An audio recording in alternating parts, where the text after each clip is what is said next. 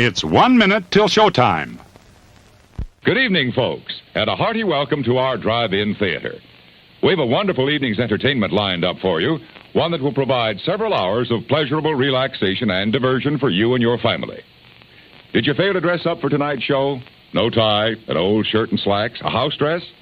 Well, don't give it a thought. We're glad you came as you are. We just want you to enjoy yourselves. Don't forget to visit our refreshment center during the intermission or any time. You love the tasty array of snacks we have to offer. So will the youngsters. Everything is quality and so good. We hope you'll make this a weekly visit. Bring the family. Bring your friends. There are always wonderful new pictures to see, delightful snacks to nibble, a gay, pleasant evening for all. Oh, a word of caution. Don't drive over 10 miles an hour in the theater area for your safety's sake.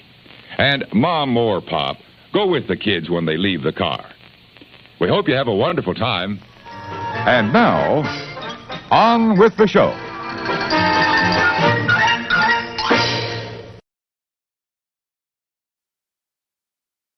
Good evening, everybody. My name is Jim. This is More Sunshine, Please, the Tuesday night live stream. I'm talking really fast before my microphone mutes itself. I don't know if that's going to happen, but it might. Ladies and gentlemen, I'm going to try to monitor that. Welcome in. Thank you so much for being here. Today on the show, I'll be eating something. I'll be drinking something. We'll be playing games. I have a top 15 list, as always. But before we do any of that, I'd like to celebrate the first 3 people that made their way into today's live stream chat here. So let's do that. That was much louder than my voice is. Let's take a look.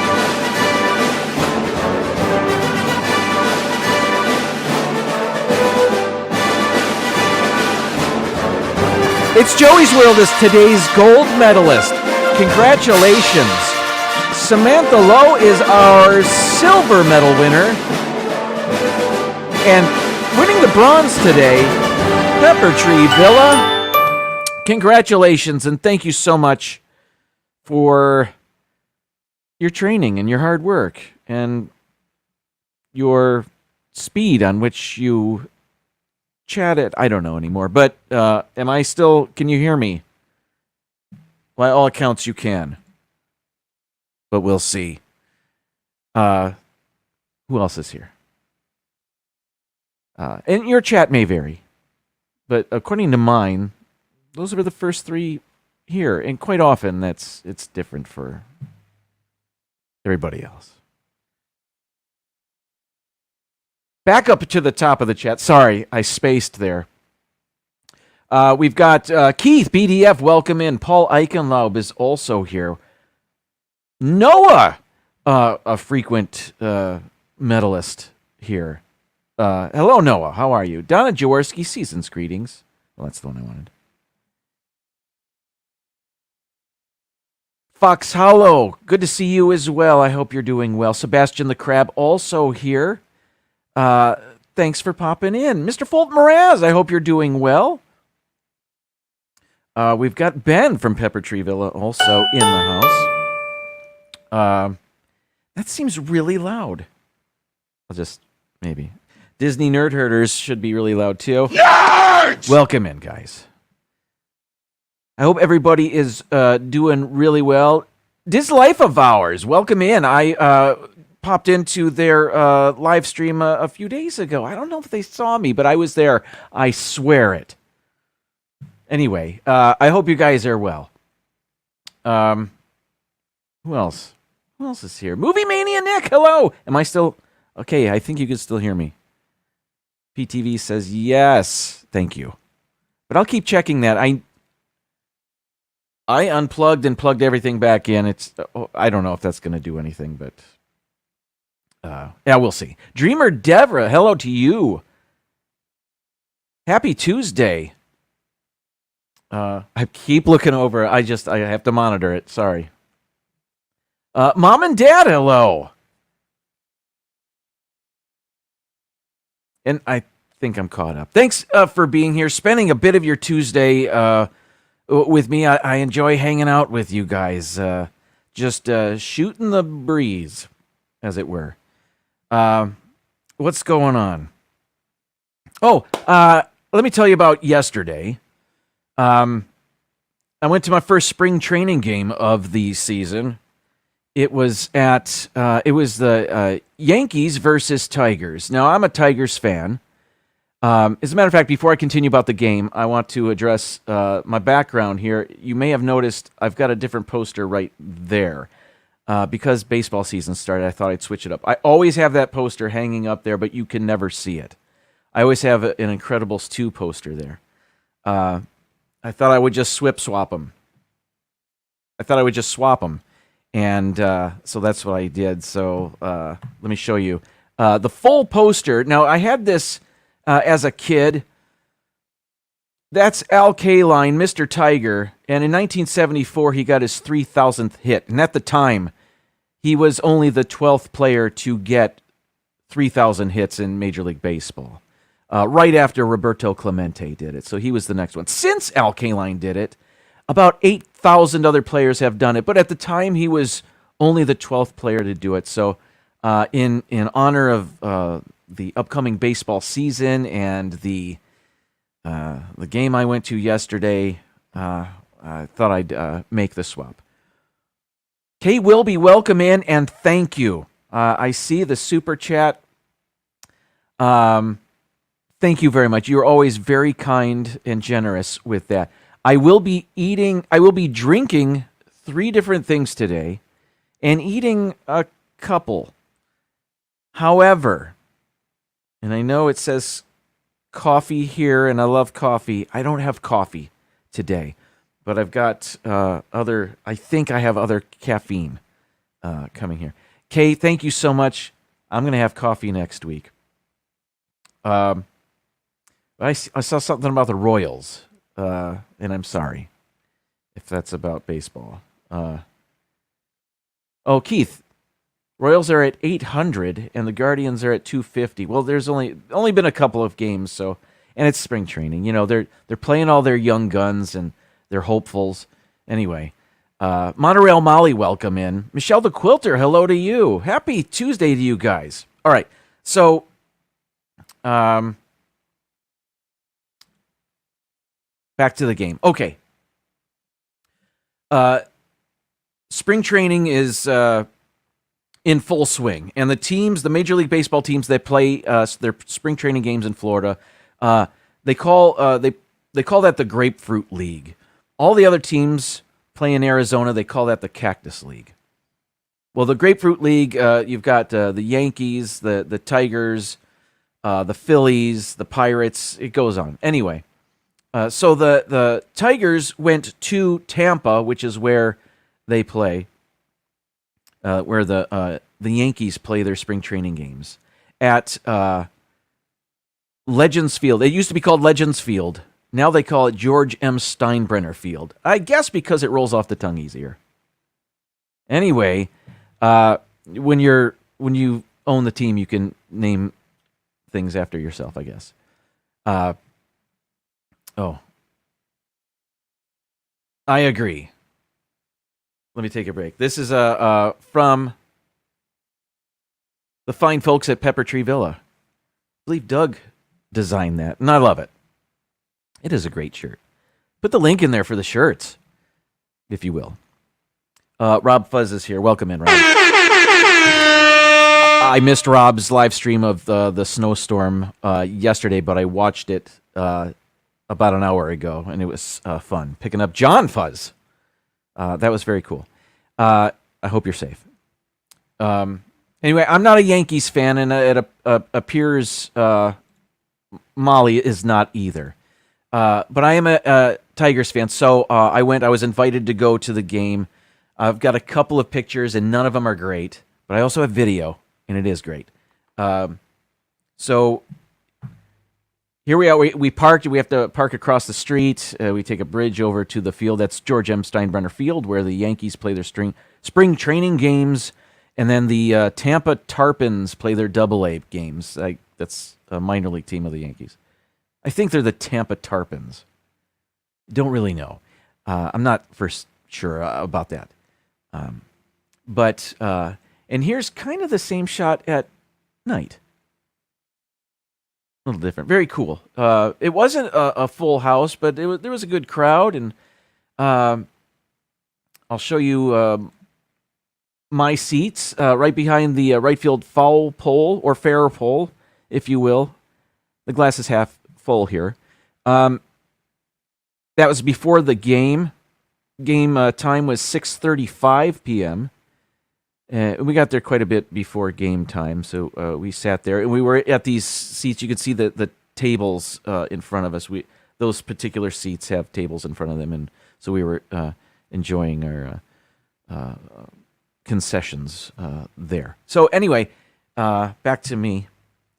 So the game started out great if you're a Tigers fan. They were up 5-2, and there was actually a home run hit, and it landed 2 rows in front of us. And I have video, Major League Baseball highlight of this. Where is it? Here it is. Swisher. That one's driven to right field and deep. Going back, So- McKinney turning. That guy's name is, the batter's name was Carpenter. And I had mentioned just a bit ago that my seats were right behind the foul pole. So can you spot me in this shot? Here's a clue. I was wearing my Florida State hoodie. Yeah. Oh, no. All right, that's enough of that. But I do have, I can close in on that. Where are we here?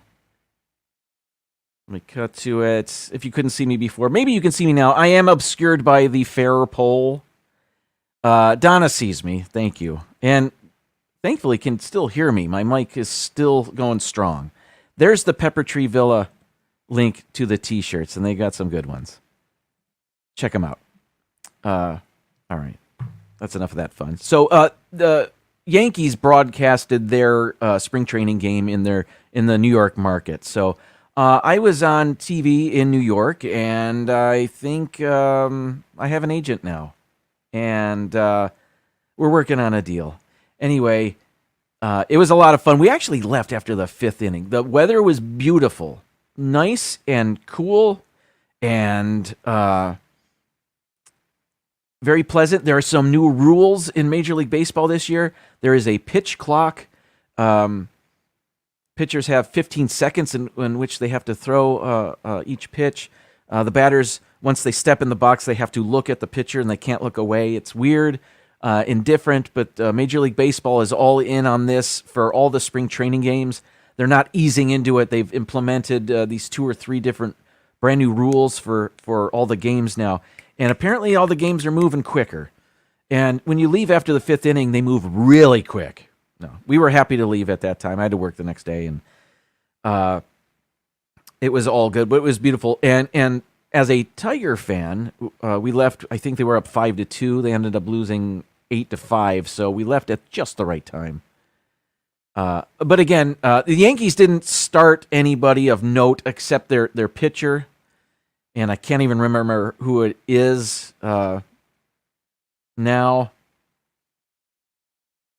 But he didn't do very well. The Tigers rocked him in the 1st inning, and it was a lot of fun. Mar says, by the way, welcome in, Mar. Did I welcome you? Thanks for being here. And Mar says 15 seconds doesn't seem long enough to me. Actually, if I weren't paying attention to that pitch clock, I don't know if I would have noticed the difference. But I was well aware. I was kind of excited to see the clock and how it affected the game. Frankly, the game is as it should be. The pitcher gets the ball, gets up there and throws. He doesn't step off the mound, take his hat off, and rub the ball or whatever he can do. The batter doesn't step out of the box and adjust his gloves and grip the bat a little bit and take a few cuts before he steps back in the batter's box. None of that is happening. Oh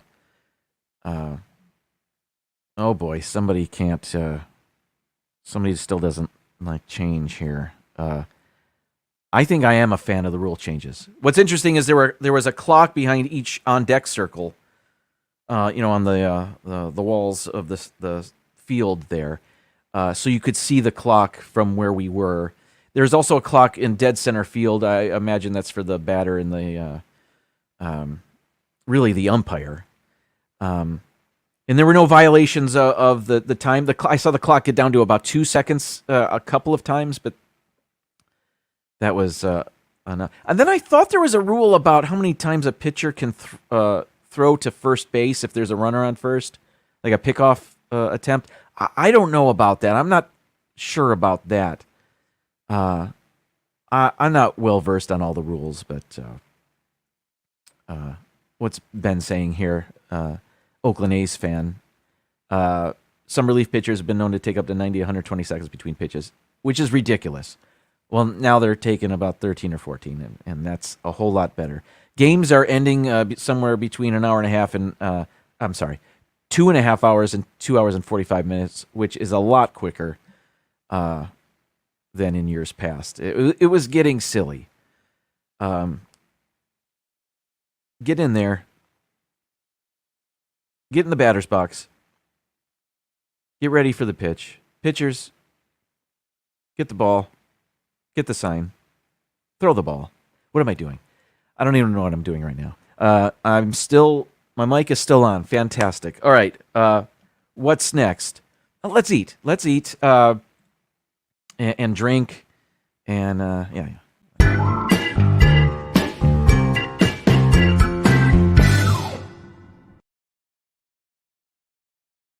We're always looking for snacks that don't give us heart attacks.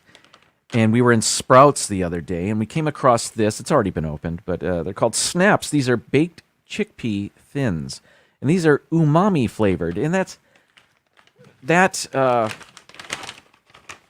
intrigued me. So I've had a couple already, but you can see, and I don't know if I'm ever going to crave these. And they weren't the cheapest bag of snacks.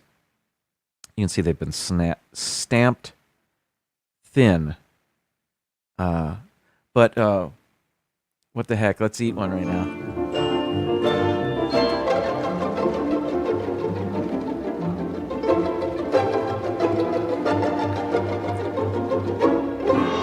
They're very light, oniony. I don't know.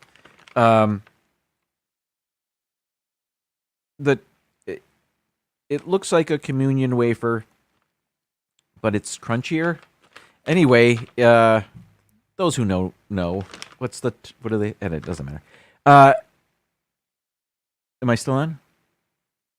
All right, good. These are okay. The serving size is 1 ounce, and there's only 3 servings in this bag. That's not a lot. These were, I don't remember. They were probably on sale. New item. That's why we got them. I actually kind of want another one. You can just keep popping them. It's one of those snacks. It is good. I don't like. I think this was probably $5 for this bag, or something like that, or normally $5, and it was cheaper, and that's why I got it. But I don't know what else to say about this. It's potato chip-ish. But again, they're made with chickpeas. They're stamped chickpea flour and rice flour, potato starch. Well, there's the potato chip I just mentioned. It's made with sunflower oil, and if you follow Bobby Parrish on YouTube, you know that those are highly inflammatory. That's one of the highly inflammatory cheaper oils that a lot of snack foods are made with. So that's not great, but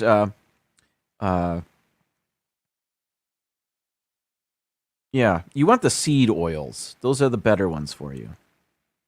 I think I'm right about that. Oh, well, we'll see. I've abandoned the comments. Anyway. Candy Mom 15 is here. Welcome in, Cynthia. Good to see you. And if I have missed you because I've been flapping my gums, I'm sorry. But any newcomers to the show, welcome in. Thanks for being here. Here's another snack. And I've had a version of these before, but not this particular variety of. They're called Undercover Chocolate Quinoa Crisps. And they're crispy quinoa chocolatey snacks. And I got to tell you, they're very good, and they remind me of a candy I've had before. Not a Nestle Crunch per se, but kind of like that. Here it is, out of focus for your enjoyment. But that's it. But it's very chocolatey. They're made of quinoa, but this just tastes like a candy bar to me. 2 servings in here, 1 ounce. Okay, again, these are probably pricier than I care to spend on a bag of Reese's. I wouldn't think twice about buying, but something that might not be as bad for me, I have a problem with. What's going on? 120 calories per serving, so 1 ounce, half a bag. That's not bad either. So here we go.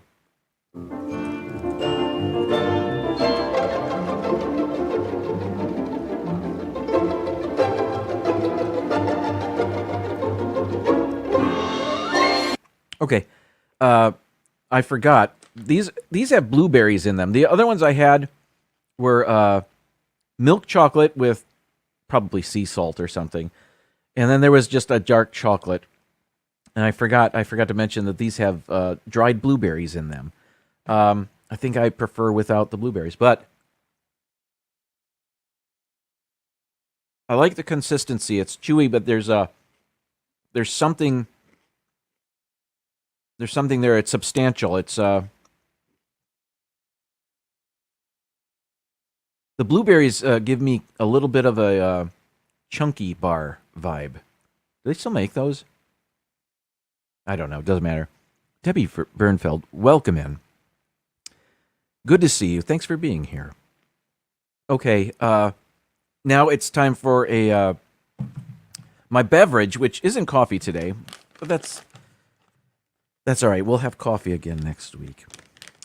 If I can wait till next week, I can. I'm going to have it in the morning. But it's Joey's World was our gold medalist. That's right. I was about to say hello. Well, hello again. Okay. Also, while I was at Sprouts, and by the way, Sprouts is sort of a second-tier Whole Foods, but I like it. They have some. Not everything there is expensive, but it's on the healthier side. They have a lot of reasonably priced spaghetti sauces, for example, is one thing we get there. Their meats are a little pricey, I think, but we don't get that, especially there. But anyway, what they had a beverage there, always looking for healthier options of the things we love. I love cola, soda, pop, if you're from a particular part of the country. They had a case with this particular item in there. It's called Olipop, I guess. It's called Sparkling Tonic, and what they were selling it as a. I'll just read the can. We've spent years crafting a drink that's as good for your digestion as it is delicious. Olipop combines the benefits of prebiotics, plant fiber, and botanicals in a sparkling tonic that supports your microbiome and benefits digestive health. So I have 3 varieties of this. So it's not. It kind of sounds like a kombucha, but it's not. They don't call it that. It's just prebiotics, botanicals, and plant fiber. I don't know what that means, but this is the vintage cola variety. ASMR.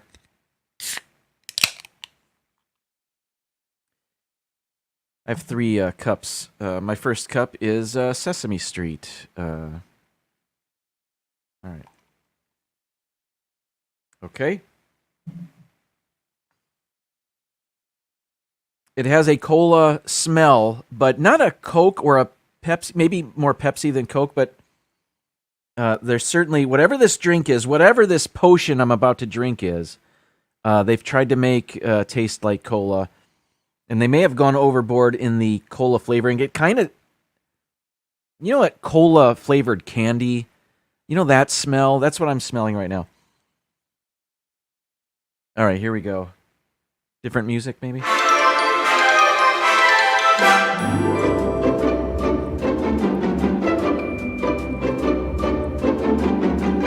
Okay.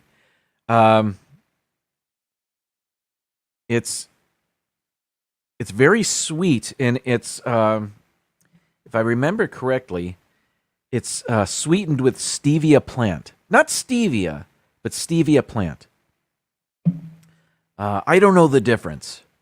Other than stevia, maybe a trademark. I don't know what it is. Birdwell, welcome in. I got caught up on your name. I hope you're doing well. Thanks for being here. It's not bad for a fake cola that might benefit my body. I'll take it. It's a little sweet. It kind of tastes like with that stevia plant. It kind of tastes like a diet soda of sorts, but I've had worse. All right, putting that down.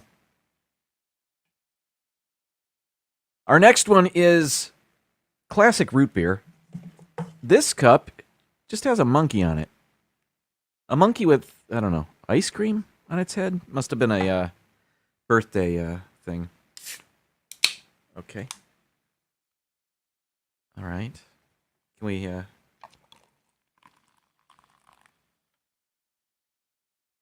Well, it's sure smells like root beer. It's got...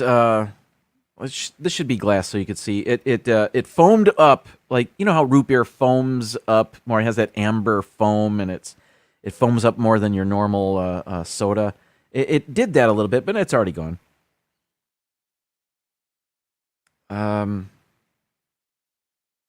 Yeah. All right.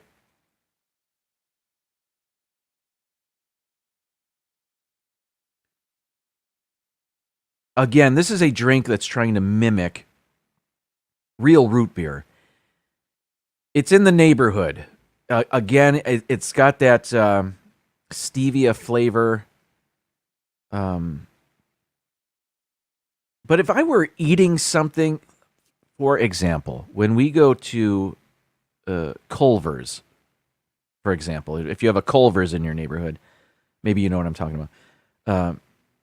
I like to get the onion rings from Culver's, and they also have in their soda fountain, if that's what they call it, their soft drink area, they have root beer. They also have a diet root beer. I usually go with the diet root beer because I don't want all that sugar. So I often have a root beer with onion rings, and I love that. I love that sweet with the salty, and it's very good.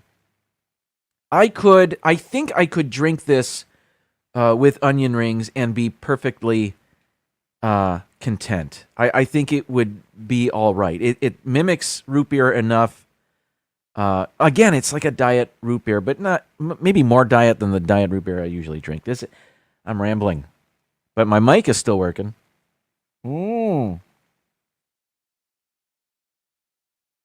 Yeah, I think if I were just to drink this straight, I wouldn't want too much of it. But if I'm pounding a pound of onion rings, yes, I could do that. Okay, last one, and I was most looking forward to this one because it was just more curious. They call this one Dr. Goodwin, and I imagine they're trying to mimic Dr. Pepper with this. At least that's what I'm hoping. The color of the label is the color of a Dr. Pepper can. Again, plant fiber, prebiotics, and botanicals. This cup just has a, it's from Publix, I think, and it just has a crazy design. Ooh, it was much lighter in color. You know, colas are darker, and this is more like a cream soda. Very light. Almost like a watered down iced tea, you know, when your ice melts, and that's what it looks like. Oh, this does not smell at all like Dr. Pepper. I'm getting like a cherry flavoring smell in here.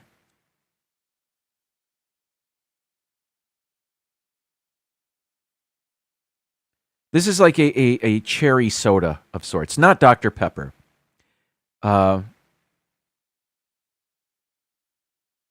Growing up in the Detroit area, we had Faygo. It was a local bottler and soft drink maker. And up until Kmart closed, you could buy Faygo at Kmart's around the country. I don't know if they have Faygo soda anywhere, but this reminds me like a Faygo, like a Red Pop or a Rock and Rye or something like that. It's got a what I imagine to be a cherry flavoring. And maybe it's that. Maybe the strange flavor, because I don't normally drink a cherry, like cherry Coke I like, but it doesn't taste like cherries. This is more like a bomb pop or you know, something cherry flavored, like that, but carbonated. This might be the best one. It still has that aftertaste of not sugar, whatever it is, stevia plant, but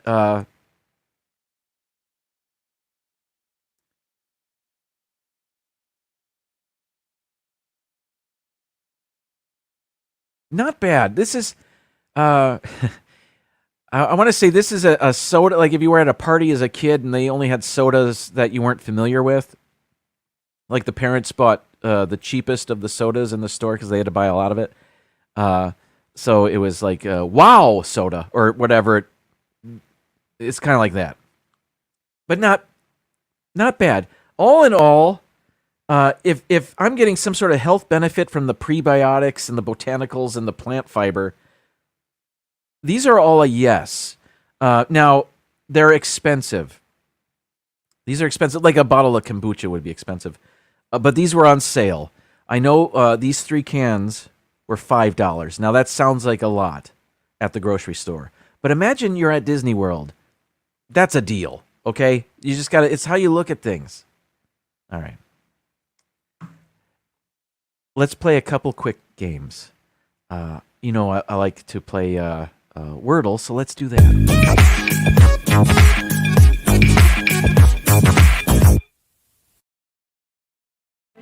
Okay, I'm gonna call it up. I've got the Wordle music already going, and I'm gonna go really fast. It's already 7:34, but I like playing it. And I haven't played it today, and I haven't played it in a few days. Do you want to take these? There's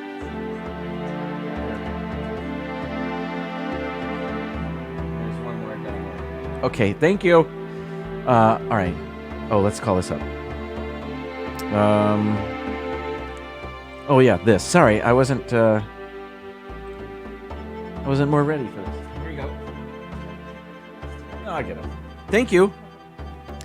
Wordle. Are we here? And you can still hear me. Okay, let's make it a little bit bigger. Noah usually tells me, oh, okay, there it is. I got, you got it in 3. Well done. All right. Let's be quick. How about the word audio? There's an A and an O. So how about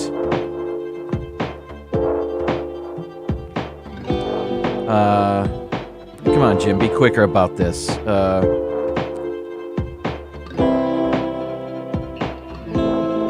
So does... that's not it. That's silly. Okay. That's not even how you spell it. Sound... No. A. S-O-A. Soapy. Oh, there's a P. All right. I thought that was dumb, but it worked. Okay, so maybe P-O...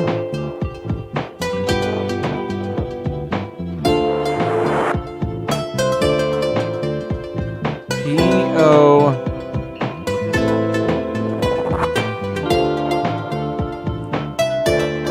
Maybe not P-O. How about...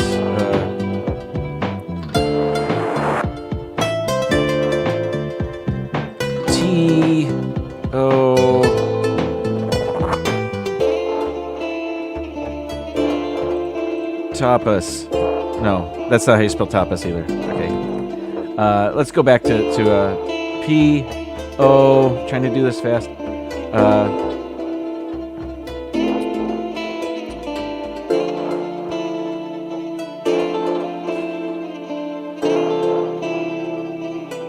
What letters haven't I used?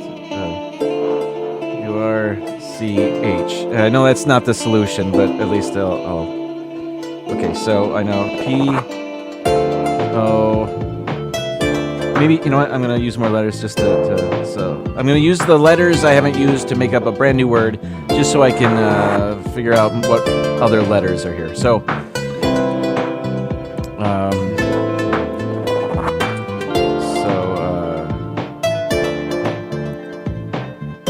I haven't used any other vowels either, so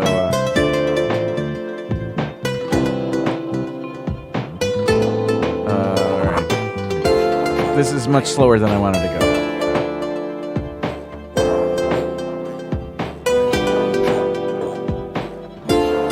Thank you, Cynthia. I see the words of encouragement. I don't have it, by the way. I don't. You're wrong about that. Just go P-O...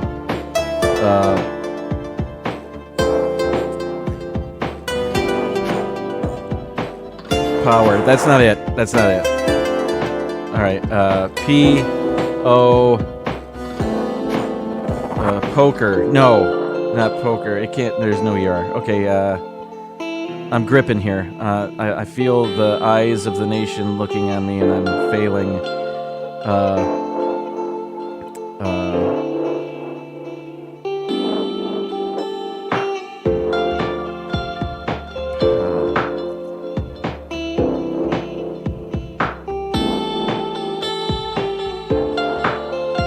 I am lost.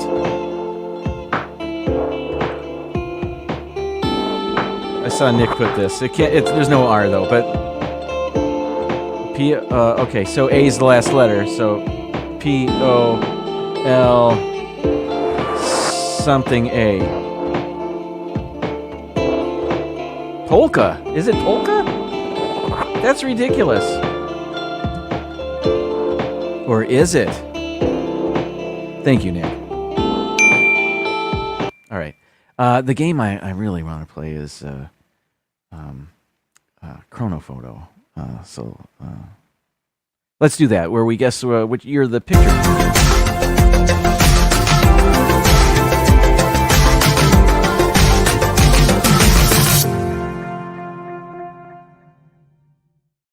All right, so they're going to show us a bunch of pictures, and we got to guess what year they are.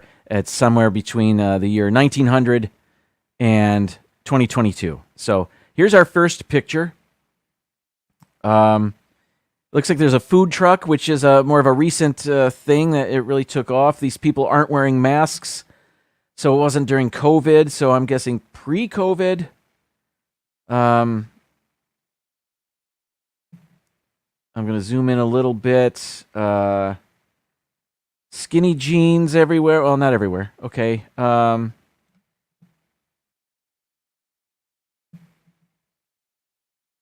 Bearded burger. Dude, that sounds like there's hair in my food. That's not a good... I don't like that. All right. PTV says 2014. Cynthia, 2020. 2012 for Noah. Donna says 2012 as well. Oh, a couple 2012s. I'm going to go with it. I'm going to go with 2012. So if I go to the bottom here, I slide this over and place my guess. Last year! So post-COVID, I was wrong. I was wrong about that. And then I yelled into the mic. I'm sorry, everybody. Next picture. Okay, roller skates. Mid to late 70s, I'm guessing.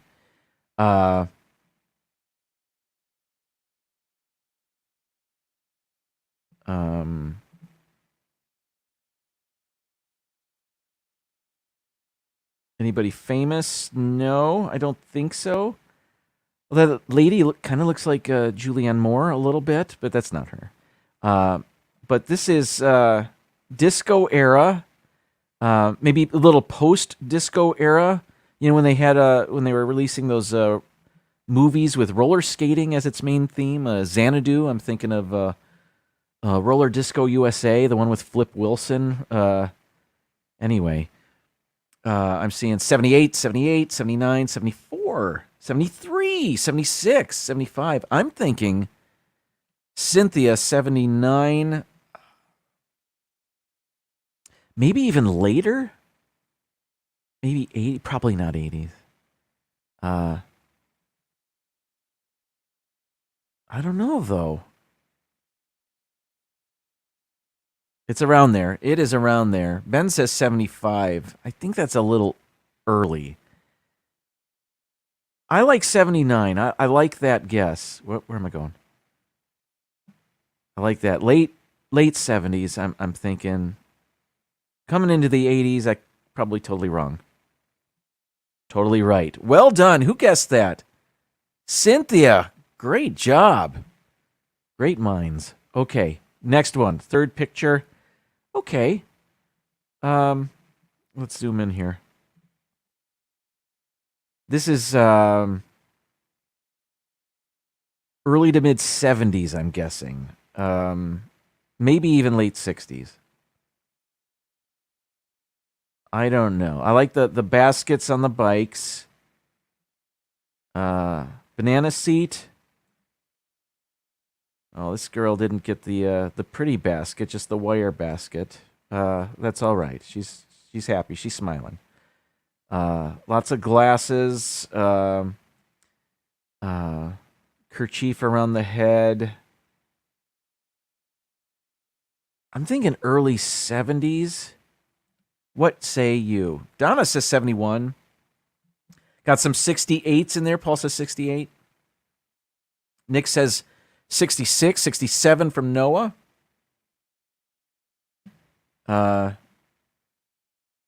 68? I'll go for that. Because I don't really know. But that's as good a guess as any. I thought maybe 70s, but yeah. Here we go. 70! Split the difference. All right, next round. Picture 4 of 5. Okay. This is either an arcade of some sort or a newfangled office with they're trying to be ergonomic with their office chairs, and it didn't really work because nobody has office chairs like these anymore. So the computer screens are a little... They're flat screens, but they're in the 4:3 aspect ratio. And now your computer screens are more 16:9, like a movie theater screen. And these are like the old tube TV sets. So this is an early flat screen computer monitor. So I'm guessing early 2000s, 2005, 2006 maybe. Let's see. We have an 88, a 90, 1994, 1998, 1992. Ben says 98. You think it's that early? Maybe it is. Maybe 2005 is... Here's what I'm thinking. I have a monitor in my classroom that I don't use anymore, but it reminds me of this. And I've been in that classroom since 2003. These chairs, I don't remember those in the 90s. I don't remember chairs like that in the 90s. Cynthia says 2000. Ben says 2003 now. You know what? I'm going to go with my original 2005. I don't know. I don't really know. 2003. All right. Okay. We were all there. Ben was right there, actually. Good job, Ben. Last picture. Here we go. Okay. This is at an office or a bank. That's a long counter. Let's zoom in a little bit. What's going on with that guy's face? I blame the camera. Look at the collar on the lady's clothes there. That's before World War II, certainly. This is early 20th century, but how early? I'm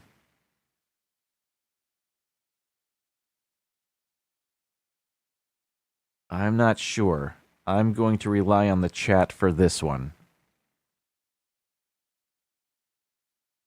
Let's see. 67, 46, 31, 54. PTV, 31. I like it. 1931 sounds good to me. Submit. 35. All right.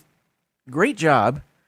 That was a good guess. We earned 3,700 points out of a possible 5,000 today.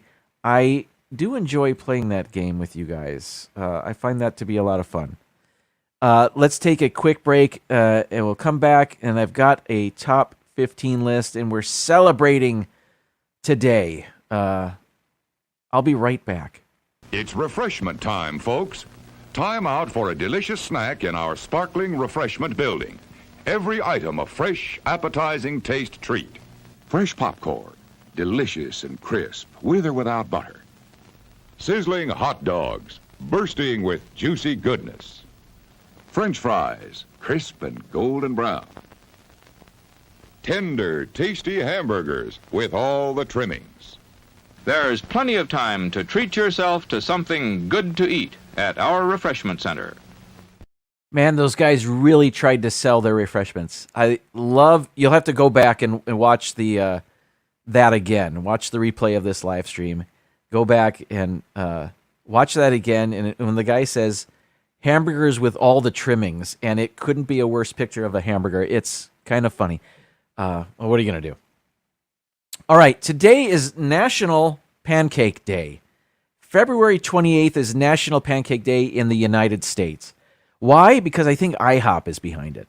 I'm not kidding about that. Anyway, I like celebrating things on here, and I thought this would be a great time to celebrate pancakes on my top 15 list. So we've got, let me straighten up here, my top 15 pancake facts. So it's already 7:49. I'm going to breeze through these. Let's go. Number 15, Alita Dulcea. What does that mean? Alita Dulcea. The first pancakes were fried concoctions called Alita Dulcea, meaning another sweet in Latin. They were made by Romans in the 1st century AD. They were made from milk, flour, eggs, and spices. They were sold hot from vendors on the corners of the new market squares, the first version of our modern-day crepe stands, you might say. Rather than slathering them in syrup, they'd use honey to sweeten their pancakes. And that's an old picture of a pancake vendor. How about that? Moving on. By the way, I copied and pasted this information. Number 14, Shrove Tuesday. We celebrated that last week. It's another name for Fat Tuesday. Why do I have it up here this week? Because, let me tell you why. In the UK, Ireland, and Australia, Pancake Day, also known as Pancake Tuesday, is celebrated on Shrove Tuesday or Fat Tuesday. So in the UK, Fat Tuesday is their Pancake Day. It's the last day before Lent, the traditional 40 days of abstinence before Easter practiced by Christians. The custom was to empty the pantry of all sugar, fats, and eggs to avoid temptation and reduced waste. These ingredients were put to good use by making and consuming large batches of pancakes made from scratch, and it stuck. That custom of cleaning out your pantry on Shrove Tuesday or Fat Tuesday to make pancakes, it still goes on today. That's in the UK and Ireland and Australia. Okay, number 13, first ready mix food. The first ready mix food was sold commercially. Which was sold commercially, was pancake flour, invented in 1889 in St. Joseph, Missouri. It was made by the R.T. Davis Milling Company, who hired storyteller, cook, and missionary worker Nancy Green as a spokesperson for their Aunt Jemima mix in 1890. Green was born in Montgomery County, Kentucky, and she played the Jemima character until her death on September 23, 1923. In 1937, the Quaker Oats Company registered the Aunt Jemima trademark. So the first ready-made food was a pancake flour. How about that? Next. Number 12, 520 calories. A breakfast of 2 pancakes with butter and syrup will set you back 520 calories, which is about 2 hours of steady walking's worth of maple syrup goodness. Is it worth it to you? It absolutely is. Okay, next. Number 11, most popular types of pancakes. I've got it right here. The top 5 most popular types of pancakes in this country, anyway, is the first is buttermilk pancakes at 33%. Then you've got blueberry, chocolate chip, just original or plain. I guess that's a buttermilk pancake without the buttermilk. And then banana pancakes. Those are all very good. I will say my favorite pancakes, or 2 of my favorite pancakes that weren't on that list, have been macadamia nut pancakes, which might be on the top of the list. And then Village Inn many years ago had a carrot cake pancake. It was absolutely a dessert. But it was on their breakfast menu, carrot cake pancakes. I haven't seen it since, but I haven't been back to Village Inn in a while. Number 10, am I still here? Yes. Pancake race. The town of Olney in England hosts... Wait a minute. I missed. There it is. The town of Olney in England hosts an annual pancake race in celebration of Pancake Day. They've done it every year since 1445. This is probably 1945, this picture, but... well, maybe after, not during the war. What am I thinking? But Olney, England, since 1445, women have been racing with flipping pancakes, I guess. I'm not exactly sure. Next, number 9. Let me get this ready. I can flip the page. The McGriddle from McDonald's, you may have guessed. In the months after McDonald's launched the McGriddle sandwich, which uses 2 small pancakes instead of a biscuit for their breakfast sandwich, the company's profits increased by 11%. So you could say that was a big hit for McDonald's. I think the calorie count on that is sky high. I've had one. I had one probably when they first came out just to try it, and didn't love it enough to ever get another one. Not worth the calories, in my humble opinion. Let's see. Checking the chat here. But they are tasty and sweet. All right. 8. Twice a year. What does that mean? Well, National Pancake Day occurs twice a year. The National Pancake Day on September 26th is going to be the second iteration of this holiday. The website where I find out what to celebrate, I think it's called National Day or National Day Today or whatever. They actually have 2 National Pancake Days. As I said before, I think today was kind of inspired by IHOP restaurants, and the second one, no doubt, is from another entity that would benefit from people eating more pancakes. I just don't know what it is. I didn't really look it up. But there are 2 of them, and we'll be talking more about pancakes again in September.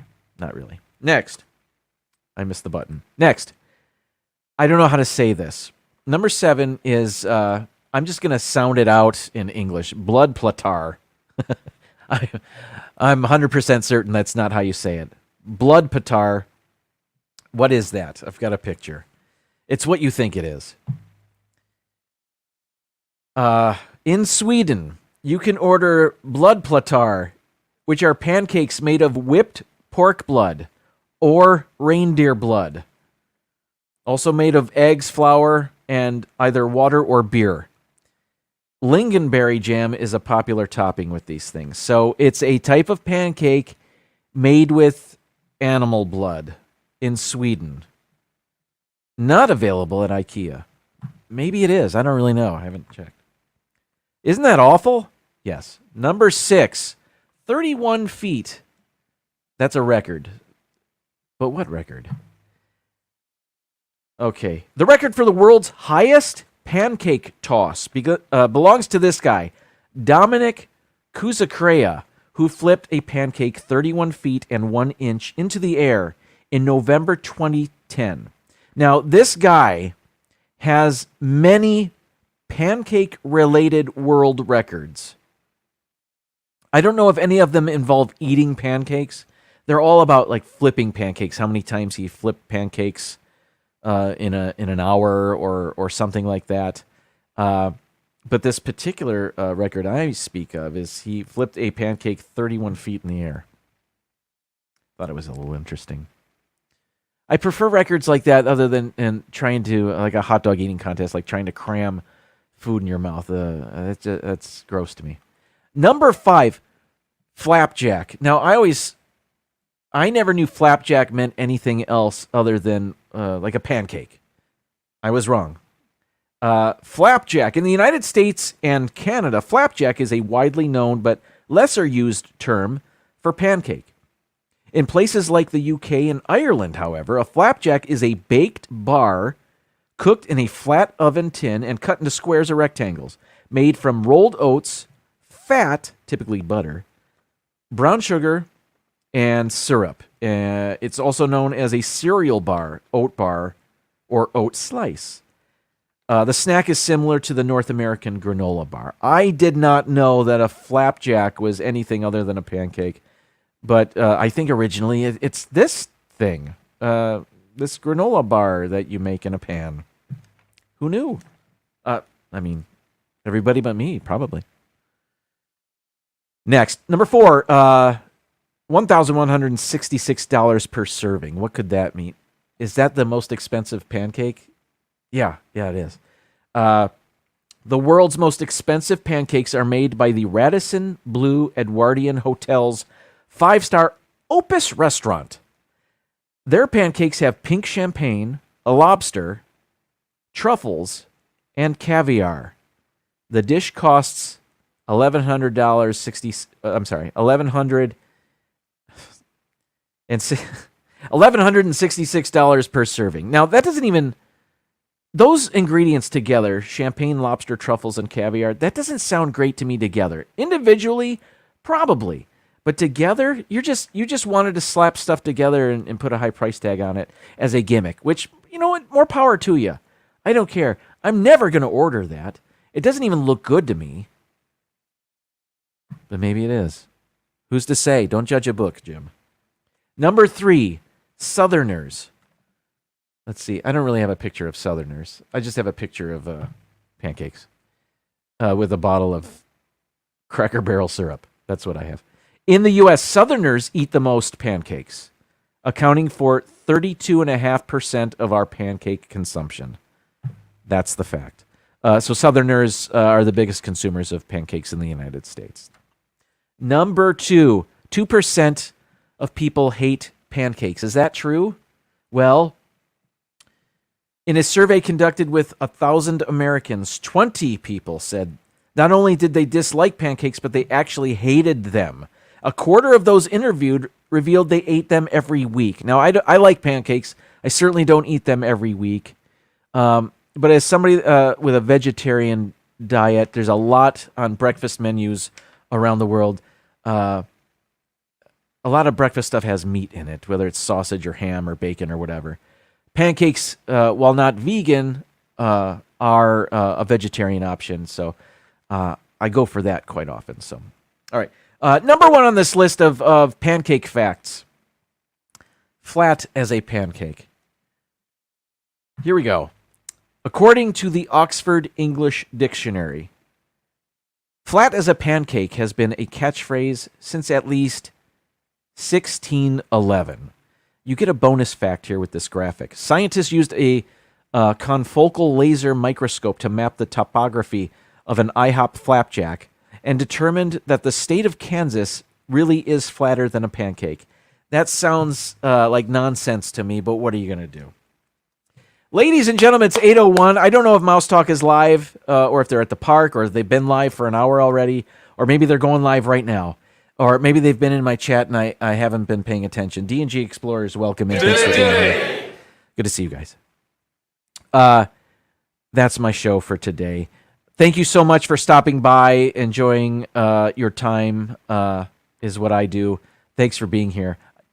Did you catch what I did just there? I mixed up my words and I tried to make it a real sentence. I enjoy our time together, and I appreciate the fact that you hang out with me on Tuesday evenings like this, or Tuesday afternoon. I don't know where you are. Good night, everybody. I will see you again next week. Mouse Talk is next. Tomorrow, Disney Nerd Herders and D&G Explorers recapping their cruise, I think. So that'll be awesome. And so they're at 8 o'clock Eastern tomorrow on the YouTube, D&G Explorers. But until then, it's time to say goodnight. Thank you so much. Kay Wilby, thank you for the super chat. And just thank everybody for being here. So long. And now, folks, it's time to say goodnight. We sincerely appreciate your patronage and hope we've succeeded in bringing you an enjoyable evening of entertainment. Please drive home carefully and come back again soon. Good night.